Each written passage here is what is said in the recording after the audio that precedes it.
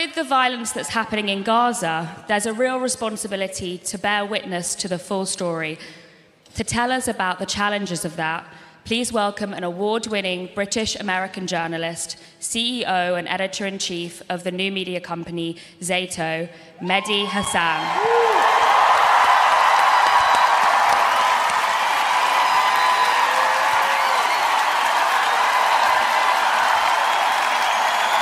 Thank you very much. Thank you, Wembley.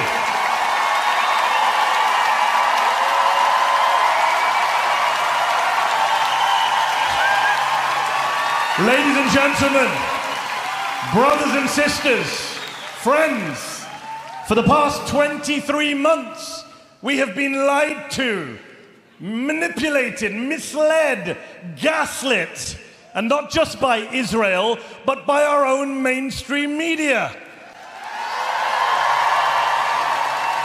When it comes to the genocide in Gaza, Western journalism has spectacularly failed us. And so it infuriates me when people say Israel needs to allow journalists into Gaza. Yes, Israel does. But Western media must stop acting as if there aren't any journalists in Gaza. The bravest journalists in the world are in Gaza right now.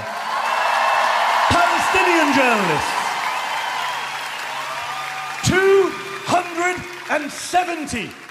That's how many Palestinian journalists Israel has killed in Gaza. More than were killed in the First World War, the Second World War, the Korean War, the Vietnam War, the Iraq War, combined.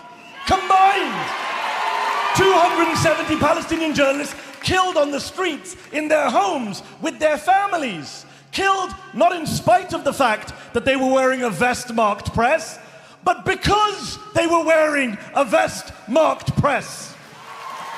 They were not killed by accident, as collateral damage. No, they were killed as part of Israel's deliberate campaign to blind the world, to erase all evidence of their crimes. Because to the genociders, there is nothing more dangerous than a camera lens or a microphone. And so they murdered Anas al-Sharif, Hossam Shabat, Mariam Abu Daqqa, Roshdi Siraj, Muhammad Abu Hattab with 11 members of his family, Bilal Jaddallah, and hundreds more, whose names will never be read aloud on CNN or the BBC. And by the way, shame on those Western journalists who have said not a word about the mass killing of their Palestinian counterparts. Shame on them. As a Western journalist myself, I can tell you all this. The Palestinian journalists, they are the best of us. They are the best of us because they are not just documenting a war or a genocide, they're documenting their own annihilation, their own starvation in real time. And so they have shown the world that you can't bomb the truth away. Say it with me. Say it with me. Say it together. You can't bomb the truth away. I can't hear you, Wembley. Louder. Let's do it again. You can't bomb the truth away. Every fallen journalist leaves behind their footage, their words, their examples. And so it's up to each and every one of us to carry their work forward. Let us honor their sacrifice, not with fear, but with courage, not with silence, but with our loudest voices, not with despair, but with open defiance.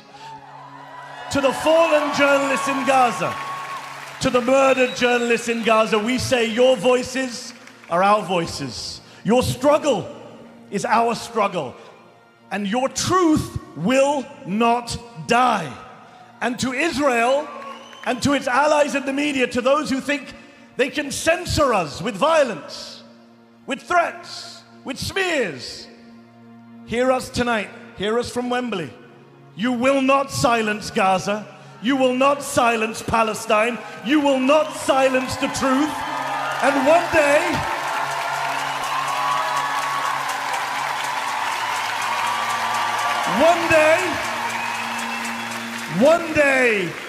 day soon, Palestine will be free.